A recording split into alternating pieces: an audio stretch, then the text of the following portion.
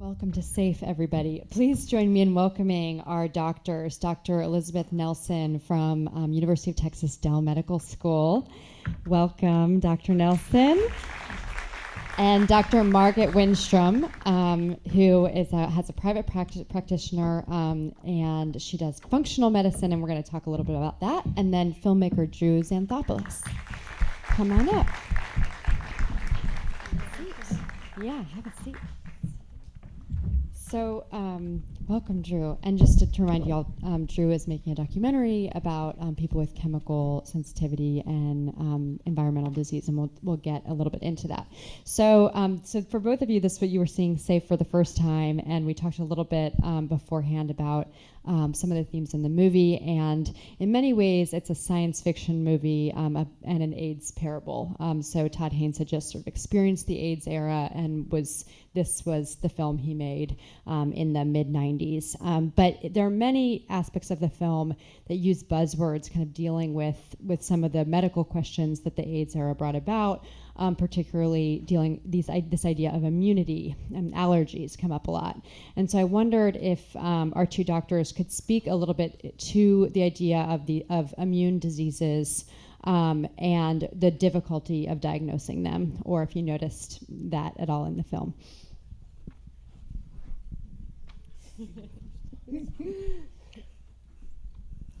Well, first of all, the beginning of that film, I thought this is a perfect functional medicine patient. She came on, as many patients do, understanding, first of all, maybe go into functional medicine a little bit, Sure, of course, yeah. Okay, in case it's a whole new paradigm in medicine. I was trained as a straightforward family physician of mainstream medicine, and where you basically, if there's a symptom, you give a drug. If you have that symptom, you give a different drug. So there's a protocol of how once you made a diagnosis, then you usually your treatment falls right after that. In functional medicine, we look for the root cause. So it's in this young lady, as I was watching the film, her world was filled with environmental toxins all along. So her immune system, if you're thinking along those lines, was certainly being barraged by everything she was eating, that tremendous house, all the pesticides, all the cleanliness, her maids and people were cleaning her house, her gardening, and at the end, I thought the main thing that was triggering her when you saw her hugging her husband, all the cleaning things that were going on. When we know now that the cleaners, and then she had one of her major episodes in the laundry, or in the the cleaners, when she was picking up the cleaning thing. They were spraying also. So they maybe thought it was the pesticides, but we well know that the materials in cleaning fluids are very toxic to a lot of people. And then when she hugged her husband at the end, she pushed him away. I was thinking that was perhaps one of the final things. Back to the immune system, however, her immune system was being bombarded constantly by things, and if she has genetically a disposition of, or even any of these genetic SNPs, they call it, minor mutations, where she doesn't detoxify, or she reacts more so than most people, then her immune system was obviously out of whack, out of balance.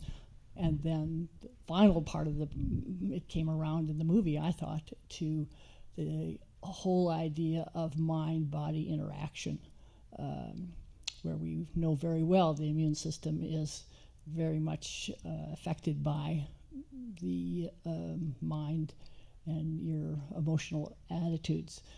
They've done all kinds of studies on cancer patients and things who have a positive attitude. It affects their immune system, and they heal better, and they do better.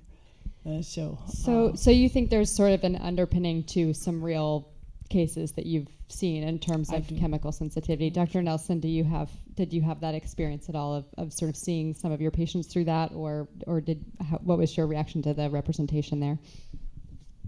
I think when I watched this film, I thought about a variety of things, and one of them was that the immune system, like all of our body systems, are designed to be healthy and functional, but that's as a general rule. And what happens when your individual body is triggered into imbalance? And I do think that that's a real life scenario, and I think it can happen in a variety of ways. Some very part of the mainstream culture, such as moving from Houston, which I did, to Austin and developing cedar fever for the first time in my life. So you have different triggers that spark different parts of your immune system. But part of what I thought was kind of fascinating in the communal experience that they talked about here was the idea of the emotional and psychosocial triggers into the health of the immune system. And although I didn't completely agree with the leader of Mr. Renwood. There you go, Mr. Renwood's approach, I do think there's some real science there in terms of stress affecting the immune system, fatigue, and some of those things we learned from our grandparents, but there's a lot of science behind those things as well. And that's something interesting too, because the film, is so much about culture and society and personal health. And I know that this, is sort of an extreme example as it's a parable, but I'm wondering if we can talk about some other examples of the way in which our culture or society or daily habits lead to these disease trends. And here we saw sort of the beginning of a disease trend of chemical sensitivity. What are some others that you see? I'm not exactly sure what a disease trend is. I think we talked a little bit about sleep disorders as well. Right. Well, I was trying to think of things that have kind of come and gone or come and stayed that at the time of their beginning investigation were controversial, and one of them that I thought about was seasonal affective disorder. And if you think about people who need more sun exposure to have euphoria or have a sense of well-being, when that first became talked about, that was not considered to be a mainstream illness at all, and then there's become quite a bit of science behind people that really do need to be exposed to sun more. I also thought about premenstrual syndrome and the more extreme versions of that, and how that was discounted early on and has now been well studied and has a whole spectrum of ways of managing that. So there's a whole host of diseases that come out and are perceived as extreme and then are recognized to be the extreme end of a spectrum of conditions that are actually quite normal. And I'm sorry, go ahead, Dr. Winchester. I was thinking of certainly the whole gluten issue now certainly has come around, where it was only acknowledged that celiac disease, the end of the spectrum as you're talking about, but now we realize there's non-celiac gluten sensitivity, which is certainly a valid phenomena that's going on in our society. And also the autoimmune diseases that seem to now have become epidemic, mainly because of foods. We think in the genetically modified problems in our food supply and the change of the wheat in our food supply, making a whole different. So are there, as in the film, there's a lot of discussion about immunity and chemicals. Are there, in the patients that you're seeing, how often do you see people who have sort of conditions that seem like they're difficult to diagnose or that end up being autoimmune or that you suspect are autoimmune, and how does that process of diagnosis take place? Well, in functional medicine, the autoimmune disease, we first of all believe all diseases begin in the gut, like Hippocrates said about 3,000 years ago, and we're now finding that's more and more true. The microbiome now is probably the forefront, or learning about the bacteria, the good bacteria in your gut, and how incredibly important they are. For the immune system, 80% of your immune system is in your gut. And so if your microbiome isn't happy, you're not happy. So there's a lot to be said about the foods that we're eating. And we think that autoimmunity begins with, first of all, you have to have a genetic predisposition, but then you have to have an environmental trigger, and then you have to have leaky gut, which is the end result, which then it turns into more and more allergies and immunity or autoimmune diseases, or things that you're developing antibodies to different things, different proteins that you're absorbing through this leaky gut. If any of that makes sense.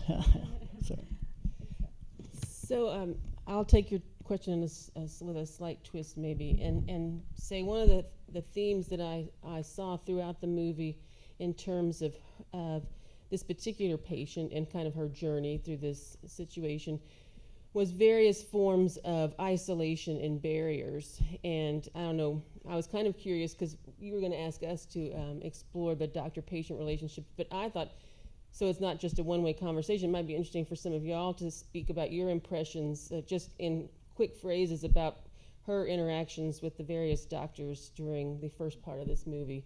Does anyone want to describe that situation in a couple words? Well, I can say just personally, I have a lot of sensitivities to chemicals and foods, and I've been to a number of allergists and dermatologists, and one thing now when I walk in, I always say, here's what I know for sure, and it's like they never really, I feel like they don't want to believe that I know anything already, and they just kind of get on their computers and go through the program, and I'm like, I've done all that already, I know that already, but it's something else, and I just want to say, just since I have some attention from people, is that one thing I finally figured out about myself is that I don't react well to all the cheap oils, and they're everywhere.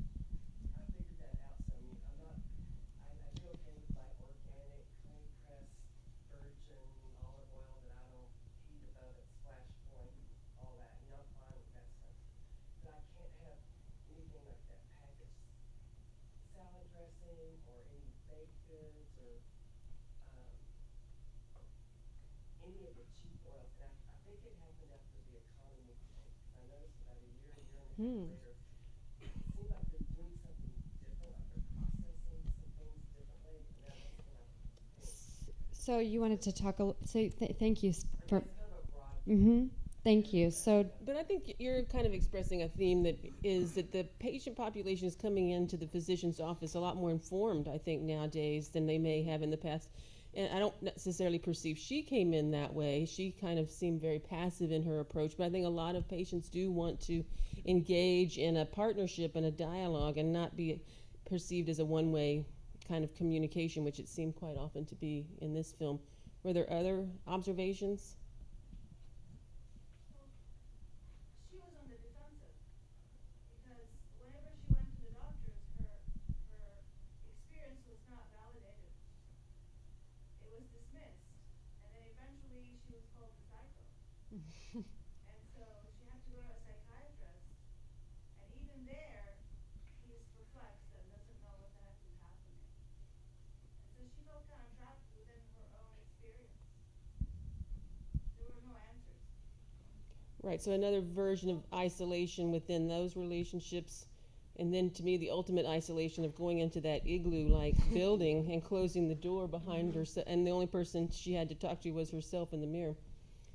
So I think I saw the great distances between the doctor and the patient. I saw the hierarchy of posture and things. And I thought when she was going to go to the retreat, it was going to be a very different experience, although I thought it was a fairly parallel experience, just a slightly different body posture in the retreat. But in terms of the question of diagnosis, I guess part of what I'm trying to get at is I think if you have a good doctor-patient relationship where people can listen, one of the things in a disease that is similar to this, which is potentially unknown to the physician and or evolving over time, is you've got to be able to work together and work through the ambiguity of the early stages of something that didn't, as you remember in the movie, there were no abnormal labs in her, when the doctor did anything. There were no symptoms on her physical exam early on before she started getting, I guess, the rashes and other things. And that's a very frustrating time when a patient comes in and says, I don't feel well, but you have no evidence to point you in the direction to solve the problem for the person. And I think that's a lot of times when patients start to turn to alternative forms of health care. And the other thing I saw in this movie that's much more popular now is the use of support groups. You know, nowadays there's support groups online in any number of illnesses, and those often are a huge source of comfort to patients because these people are experiencing similar things and have strategies to manage that physicians just don't have any awareness of. So one thing you mentioned earlier is how it's very challenging to make an immediate diagnosis because diseases evolve over time. And I think we sort of see this in SAFE. Interestingly enough, I noticed this more after discussing this with you, that, you know, her symptoms changed a lot in the terms of the period of the film. So I'm wondering if you can talk about why that is, or why diseases manifest and take a while to sort of show themselves. Well, certainly in autoimmune disease, we know that many of them start decades beforehand, and it takes that long for the slow deterioration of tissues and organs to finally show a symptom, like in rheumatoid arthritis or something. There may be early problems 20 years, or they found even in celiac disease, that there's studies that shown that antibodies to gluten or to wheat have been found as much as 30 years before the final diagnosis. So most people would go around for a decade or so with symptoms, even mild symptoms, before they got a diagnosis. Why so many people go to many doctors before finally the right test was done.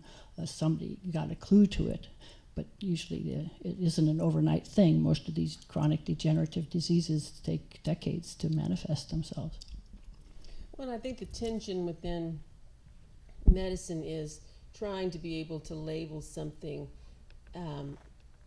with an official name. You have X. And a lot of times you don't have a clear X yet. If you did, it would be easy. That would be a one visit. You could say you have pneumonia. I hear it in your lungs. We could do an x-ray if it was appropriate, you know, but you have pneumonia. But there's a lot of people that come in and they don't have anything obvious. I feel tired. I can't get up in the morning. I can't get to work. I can't work like I used to. Is that a perimenopausal syndrome because your hormones are changing? Is that a development of depression? Sometimes those aren't clear early on, and it takes time to work through those. And those are simple cases. You have diseases or syndromes, actually more like systemic lupus, which is a constellation of individual illnesses or problems that manifest over time. And you have to have a certain number of them to be labeled with that diagnosis. But that is, each one of those that you have in sequence leading up to that diagnosis are a real problem that you're dealing with at the time.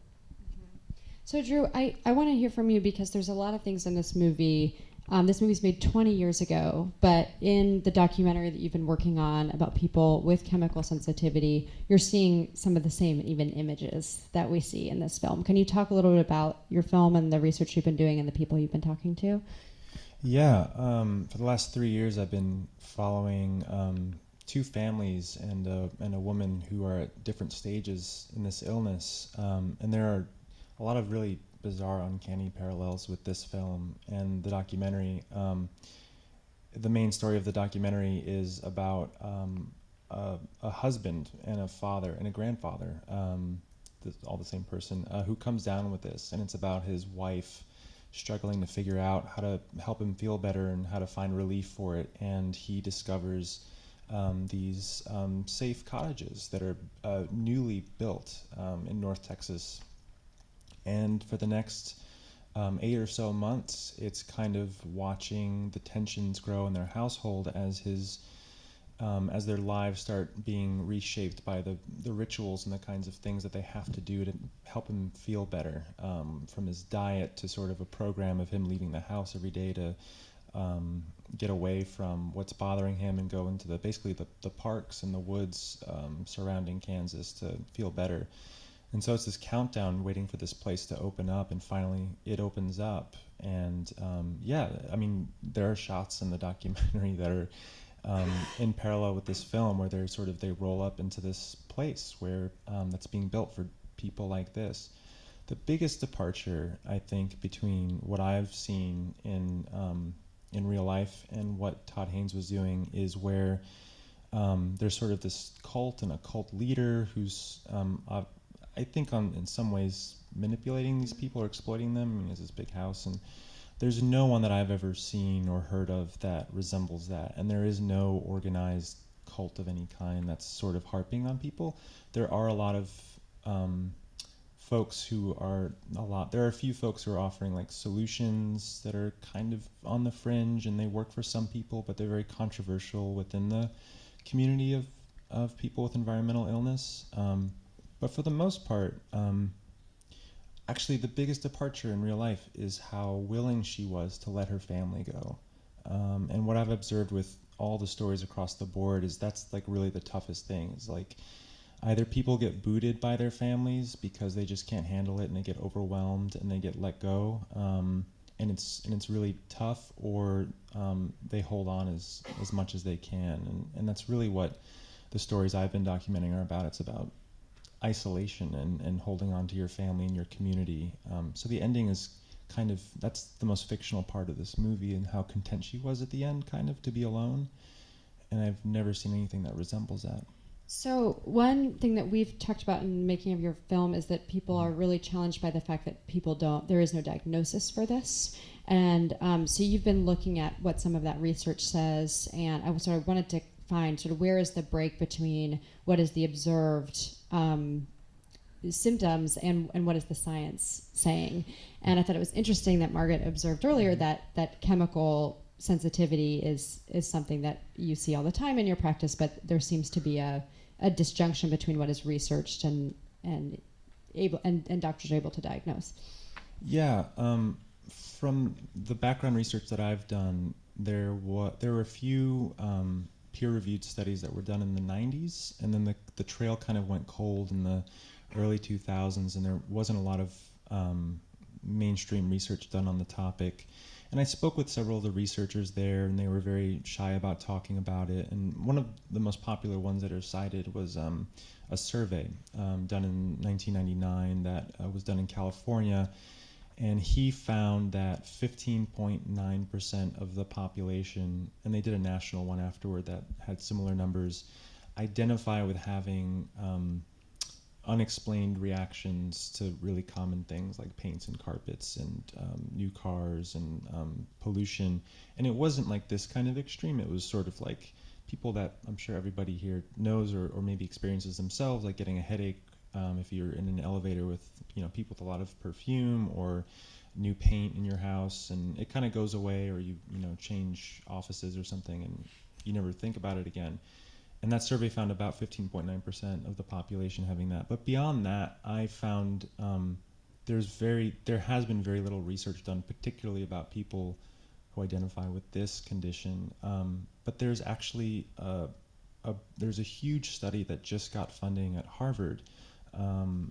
They got a large endowment just for this, and it's the first comprehensive study of its kind, and it's just now beginning. So it's pretty promising. And it's focusing specifically on hyperchemical sensitivity, like we see in chemical. And also what this movie doesn't talk about is there's another branch of this, people who identify with being sensitive to sort of electromagnetic fields, and it's like wireless stuff or cellular stuff, like a wireless router or cell phones, and that's considered to be much more taboo, and so people are careful to sort of identify with that. But this study, I believe, is touching upon all of those things. So can we hear from the two of you about this, sort of what is the science around that reaction to a strong perfume or a detergent, and is it usually a systemic reaction, or can you describe that, and where sort of does the science break down between this condition and that? Well,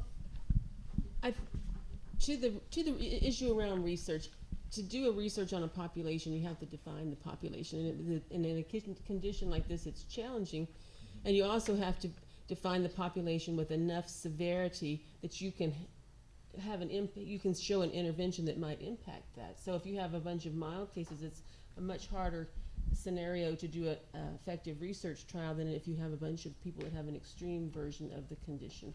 And that is challenging when the condition doesn't have a clear definition around it. And so I imagine there's a lot of challenges in this study that a place like Harvard should be able to take on better than most.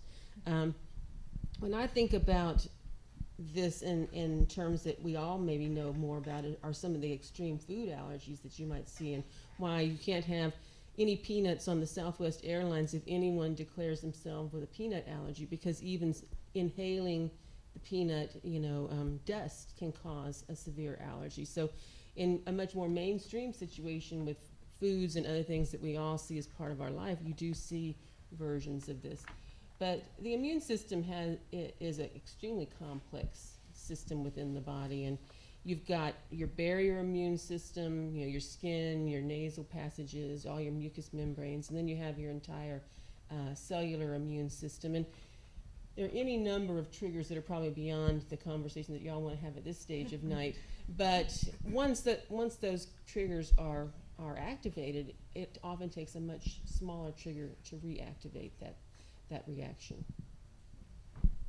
Yeah, I was going to just bring up that there are lots of new testing mechanisms that are now available that they didn't have back in the 80s, like what we're doing with the food testing. And there's the testing in that office of how he did that. I mean, we just don't believe that the skin testing for foods are valid at all. But there are now the lymphocyte assay tests that can be done on foods, on chemicals, on pollutants, food dyes, and the additives to foods, molds, all those things. So the test I do has I think it's over 350 foods in it, and then all those other things to it. So I'm finding, at least in Houston, there are probably more chemicals that come out of those tests than foods. They might have 3 or 4 foods that are a problem, but and then they allow the patient to look through all the let's say it's latex or something or other, gives you the idea of where in your environment might you find latex, and they may come out with 5 or 6 different chemicals on that testing. So it makes them almost as isolated as this lady if they really screen through everything in their house and in their car and their work, looking for these chemicals that they're constantly being exposed to. And then the microbiome is being studied daily. More and more tests more and more studies are coming in showing how important different toxins are that kill certain strains of bacteria in the gut, and if that bacteria is useful for making vitamins to help absorb nutrients, all of these things can have a profound effect on the immune system. Well, I was just going to say I had one patient that was an extreme case, and she actually had a severe allergy to shellfish, so much so that she couldn't go into grocery stores that had a seafood counter without having an initial reaction. And it seems like something that's completely manageable, but it actually turned out that people microwaving food in the communal area of her office space, if they microwaved shellfish, she actually went into a full-scale anaphylactic reaction.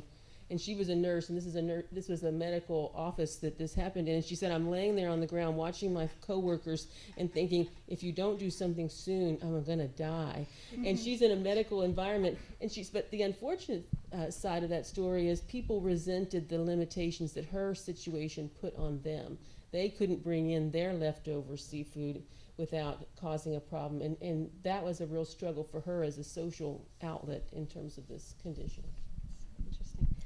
So are there any questions out there? And there's so much to cover here, and I have like a whole page of questions, but I want to open it up for you guys. Yes, thank you. You mentioned like peanut allergy, shellfish allergy, latex allergy. These are all like allergies that are like medically recognized, and I guess it would leave the impression that like allergies are relatively easy to test for. So why are these particular allergies so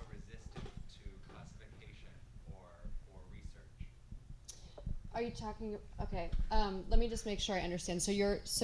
Are you talking about like the overall chemical sensitivity, like we see in SAFE? Well, I mean, we were talking about people who have environmental chemicals, and it seems like the general idea was that a lot of time they're not getting the due attention or even the general respect that they would get if they claimed that they had like a medically recognized allergy. So I was wondering sort of where the disconnect was.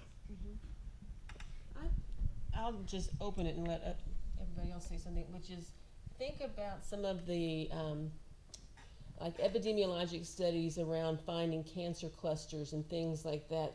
And sometimes when, because these populations of people were exposed to chemicals in the soil or the water supply that have kind of been around over the years, and those are things that were only discovered over time and over seeing a trend in a population. And I think when you get to some of these environmental allergies, it's, unless you're in some very unique environments, the likelihood of being exposed constantly may not be there. Or once again, it may be such a challenge to figure out how many of the, I don't know how many chemicals she was exposed to on any given day is the real trigger.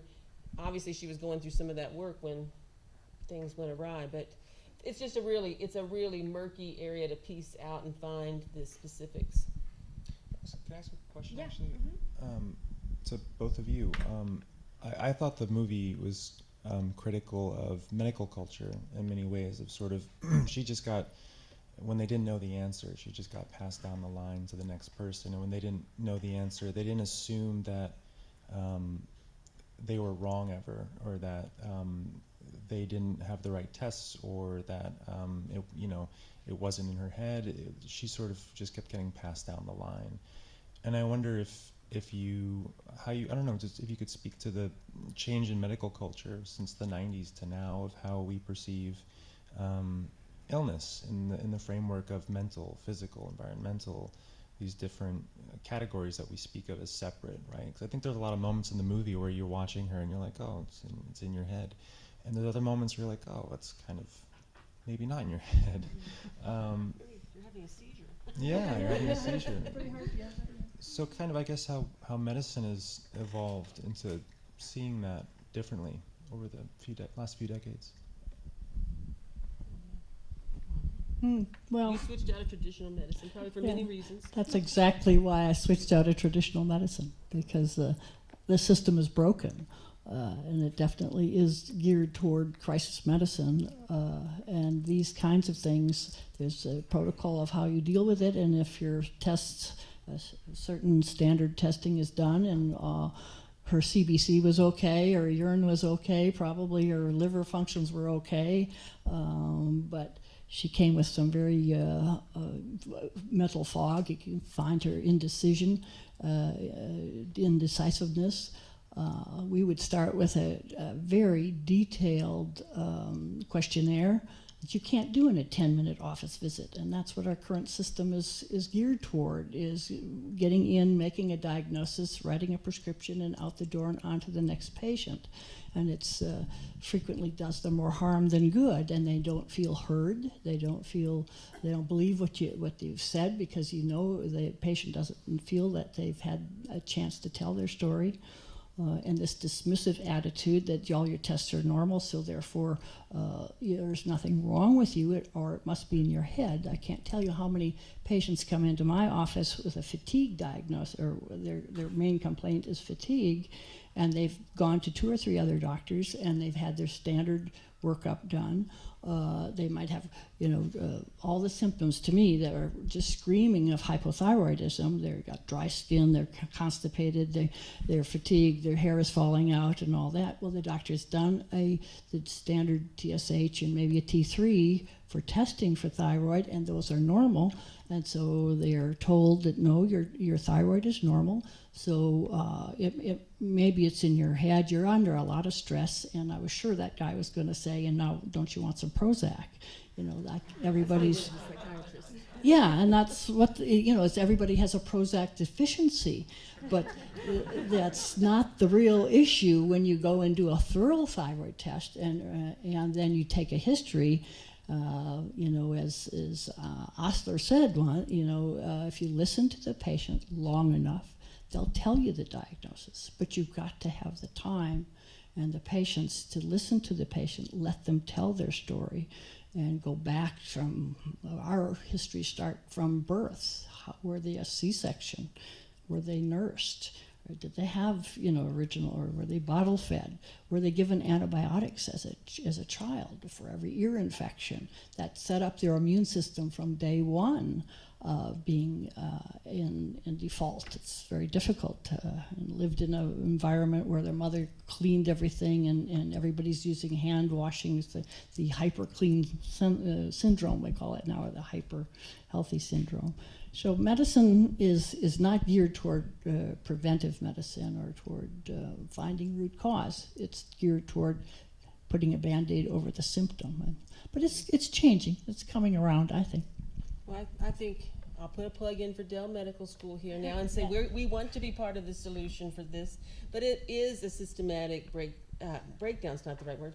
Our systems reflect exactly what we intend them to be, and so healthcare in the United States is very driven by time over diagnosis and health and those kind of things. And that wasn't evident in this movie, but I'm sure those of you all that go in to see the physician know that they've got people stacked up in 10, 15, or 20-minute increments in their clinic. And if you need to sit down and talk to this woman, I didn't see anyone ever ask her, "What do you think is wrong?" Or how tell me a little bit more about how you feel. They all made assumptions for her, and were completely guided by bits of data that were outside of her probably scope of reality, which is, I don't feel good. And so I guess I don't know that healthcare has changed. If I were to give any advice to the audience, I think I'll speak only for myself, but I know it took me at least 10 years to feel comfortable as a physician saying to a patient, "I don't know what's wrong with you, but let's see if we can figure it out." And I think it takes some confidence in yourself as a physician and experience in dealing with patients to recognize that you don't always have the answers, and you're going to work through the problem together. Because to me, at the end of the day, a good physician is a person that navigates the shades of gray and helps manage health, not the person that can figure out, oh, you've got a positive strep culture and you need an antibiotic. I think actually a pharmacist could do that. And you wouldn't have to go in and see the doctor. Interesting. Yes. Okay, we've got a lot of questions. I saw this one first. I have been dealing with things like this for 15 years. And through my journey through it all, seeing many, many different doctors, I've been to some doctors who have been wonderful trying to help figure things out. And it can be frustrating because they want to figure things out, and then you get all the tests back and things are slightly off, but they can't quite put it all together. I've been to Harvard, I've been to the Mayo Clinic, speaking about allergies and testing and things like that. There are times when being hypersensitive, you can test for allergies, but they don't show up. There've been times when my system was in a really bad state to where just drinking water would trigger an allergic type reaction. So how can you test for something like that? But what I have found through all of it, the most important advancement in medicine for me has been being able to do my own research and taking the information I get from the test I got from doctors, the information from them, looking at it myself, because nobody knows me better than I do, and going to the internet and searching for things. And through that, working with some doctors, we were finally able to come up with some solutions. Still haven't figured myself out completely. Working with a really good doctor right now, but yeah, they're your own best. I have to commend you on that. I find many patients are coming with that same. They're doing their own health advocate, and I encourage them to do that, as you say, they know themselves the best, and if they're willing and interested the information is all out there. All kinds of summits constantly on podcasts and things that you can get all kinds of ideas from. So you don't have to necessarily be with a doctor to help you order the tests. And you can even go to your own lab now, any lab, anytime, and order your own labs. So I get a lot of those patients who come with tons of information and try to help them sort through it. Also, personalized medicine, you sort of defined that for me, which is another interesting breakthrough scientifically, I think, for how doctors are dealing with patients. Well, we did talk about that. I think in the context of this, when you think about a condition like this, which is a fairly unusual condition, you have a couple of issues. You have any individual doctor may not have seen very many of you, and so for them to be able to manage the complexity or the nuances of someone is a big challenge. And that's why I think a lot of times these online support groups or just patient, clusters is very helpful, because they also start to identify physicians that have expertise in this area that can help people. But in terms of personalized medicine, as the human genome becomes less expensive to sequence, there's a lot more individuality that's starting to be developed in terms of responsiveness to drugs and other conditions like that. You're starting to see much more heterogeneity in terms of genetic diseases. You can take something like cystic fibrosis, which is now you see so many hundreds of versions of the genetic code. But I think the point that about personalized medicine is, if you look at almost all medical knowledge that we have up to now, it's based on populations of people. It's based on, if you look at the studies of Lipitor, one of the most commonly prescribed medications in the United States, it's based on thousands and thousands of people. That doesn't mean within that 10,000 people, there weren't people that had negative effects or limited effects or no effects. But we still make our medical judgments based on populations. And at the end of the day, you're an individual. And that's the way, ideally you're going to be treated by your physician.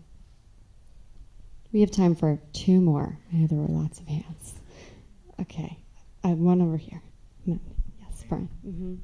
So talking about the some of the issues with the doctors having to see patients for like 10 to 15 minutes, have those stacked up with 10, and the issues with that, do you feel like a lot of that is a function of the insurance industry and the way that medical insurance works? And if so, is there any kind of like solution? Is there a way that that can get better? So yeah, question is is doctors' time driven by the way insurance works, and what is the solution from your perspective to creating more time for patients? Well, my solution was I don't take insurance. That's the only way. I tried that game for a while, thinking I could just see a few more patients, I could pay for it. You have to spend more, you have to have 2 more employees in order to validate the insurance and all that kind of stuff. So the only way I could be a doctor the way I thought I needed to be a doctor, spend the time, an hour with a patient, and then you still don't get the full history. That's the only way you can do that is without insurance. You have to increase your fees, but you see fewer patients, and you can do something for the patient. I also felt I could never do anything for the patient that was meaningful in 10 minutes. So, absolutely, office-based medical practice is driven by insurance reimbursement right now. And it's just the harsh reality. It's why many doctors would prefer not to prescribe things over the phone, even though they know the diagnosis from what you've told them over the phone, because they don't get paid for you to call out that prescription. But if you come in and spend whatever length of time you have to spend in the waiting room and the check-in, and in the 5 minutes they visit with you to get that prescription, that you can get paid. And your little 5-minute visit for that very easy situation allows them to spend maybe 30 minutes with somebody that has a lot of complexity. And so it's an unfortunate byproduct of the way we are reimbursed as physicians in the current state. I think people recognize that it's not creating healthy populations. It's not working, and physicians are leaving the workforce in droves because of a whole multitude of the issues around it. And so, but it's a solution that is a systematic solution that's needed, and it's a big challenge. And one more plug to Dell. I know that's part of what we're trying to work on. Go Dell, go Dell. We'll fix everything. Yeah. Give us 5 minutes. Okay, right here. So I'm interested, sort of tagging on to what was said over there, just in distinguishing or teasing out distinctions between maybe stigma or taboo around these chemical sensitivities versus food allergies, and not to strike like a conspiratorial tone too much, but I'm just wondering how much there hasn't been that much focus in the questions about chemical companies and the influence there, perhaps in, I don't know if there's how much you'd say or how much you're aware of, like suppression of information or suppression of studies around people's reactions to these. I just read an article about DuPont. The big DuPont thing, yeah. So no, crack it open. No, it's totally, we should totally talk about this. So so the stigma about allergies versus chemical sensitivities, and how much does it have to do with the chemical industry?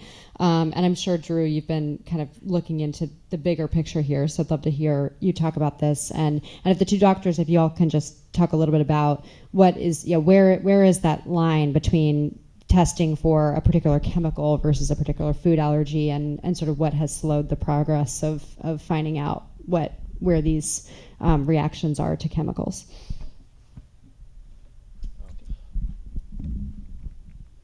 Where should I begin?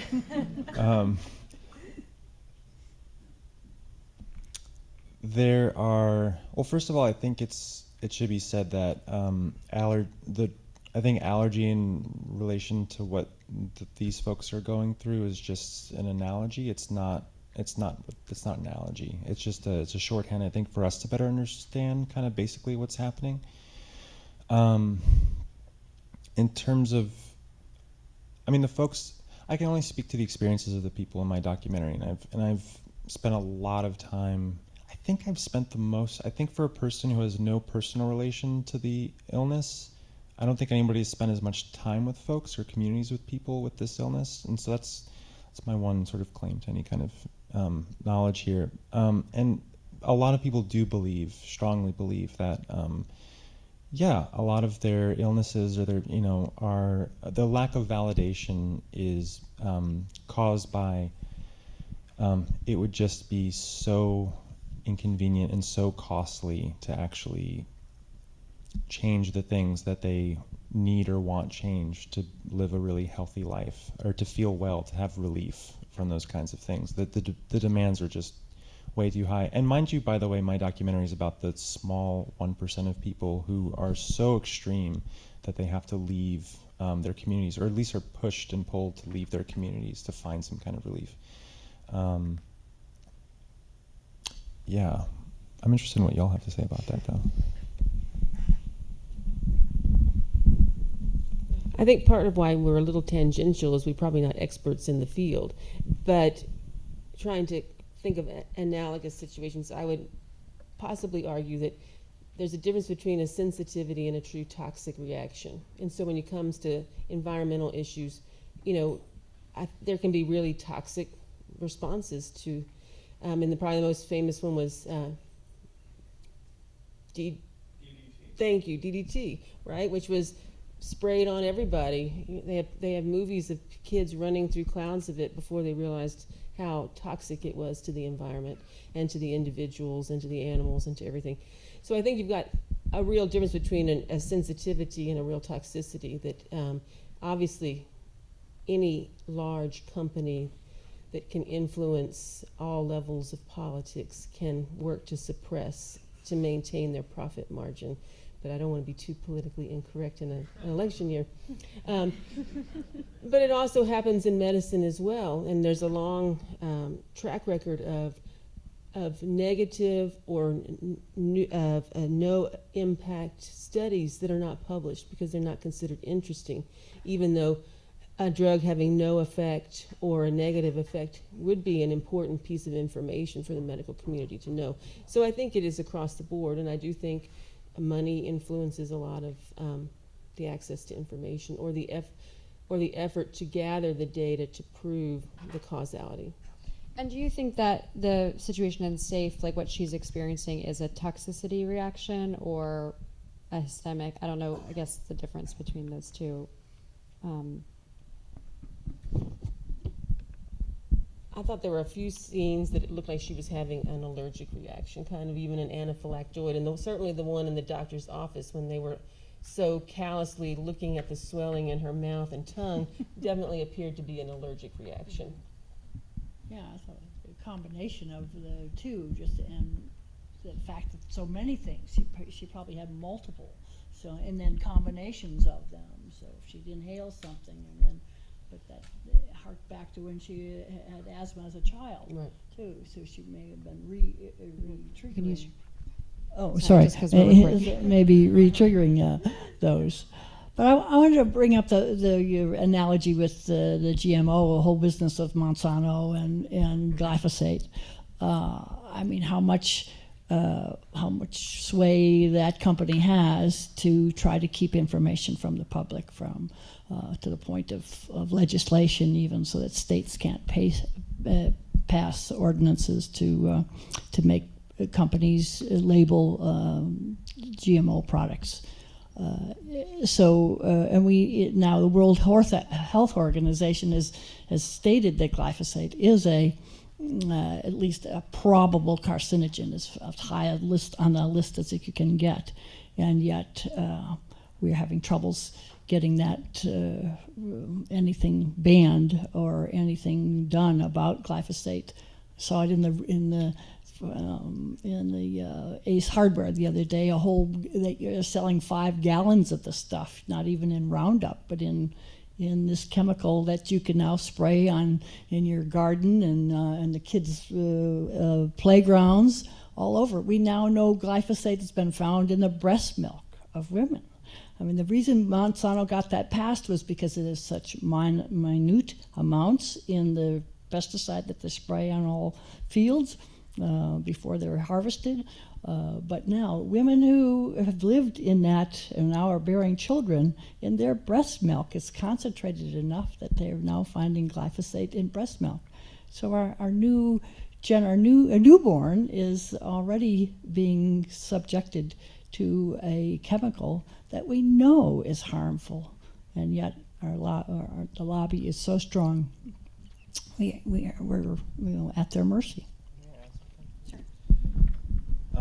One thing I didn't mention was the researchers that I contacted. These were the select few scientists who were looking into specifically environmental illness or multiple chemical sensitivity.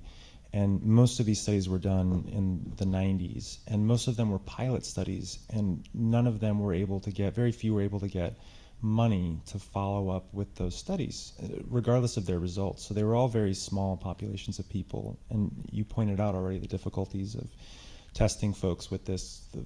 People have small reactions, people have really severe ones, and they all ran into issues of running out of money and not being able to get more of it. And I think it speaks to a larger topic of, at least in this country, we've seen the amount of public funds being put into scientific research in general shrinking, and private funds growing and growing. And it changes the nature across all fields, I think, of what is being studied.